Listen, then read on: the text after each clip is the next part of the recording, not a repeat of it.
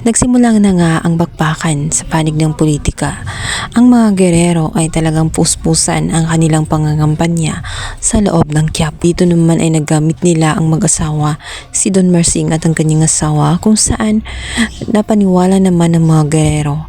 Ito ang ginawa nilang tauhan para tuluyang maniwala ang mga tao sa Quiapo. Talagang ipinagsisigawan ni Mersing ang apelyido na gerero. Laki umano ang naitutulong ng mga gerero. Palibhasa ay ginamit na nga ng mga gerero ang kanilang kayamanan para lamang makuha ang simpatya ng mga tao. Sa kabilang panig naman, si Tanggol ay hindi patatalo. Ginawa niya ang lahat. Tinipon niya ang mga tauhan niya sa Quiapo. Mula sa mga pulis, mula sa mga teacher, nagtitinda sa palengke at iba pa. Tinipon niya ito upang makausap, upang makatulong sa kanyang pangangampanya. Malapit sa tao si Tanggol, kaya naman madali ding niyang mapasunod ang mga ito. Bukod pa roon, iminungkahi nga nitong si Tanggol na si Roda nga ang gawing campaign manager. Nagulat si Olivia sapagkat alam niyang walang karanasan itong si Roda. Sinabi nito na may kilala na magiging campaign manager.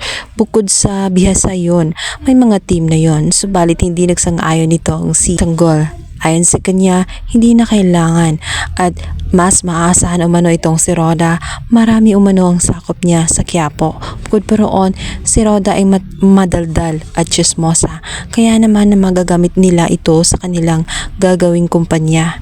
Madali makahatid ng mga balita. Huwag namang tinanggap ni Roda ang mungkahinga nitong si Tanggol dahil gustong-gusto niya na mapapagsak ang mga gerero, lalo't nainis siya at nakumpirma niyang masasama ang mga gerero noong minsang puntahan at tawagin niya itong si Aling Pilar, ngunit minaliit lamang siya at ininsulto bilang isang dukha.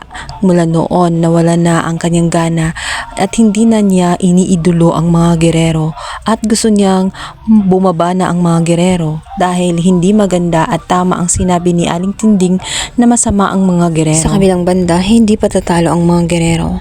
Kapag nakita nga nila na umaang sa mga tao itong si Tanggol ay gagawan niya ng karahasan. Gagawa sila ng eksena kung saan mawala ang atensyon kay Tanggol. Sinunog nila ang buong Quiapo. Subalit sa pagkakataong yun, akala nila ay mapapagsak nila itong si Tanggol, subalit mas lalong makikilala ang kabutihan nga ni Tanggol sapagkat siya pa mismo ang magliligtas sa mga tao na napapahamak.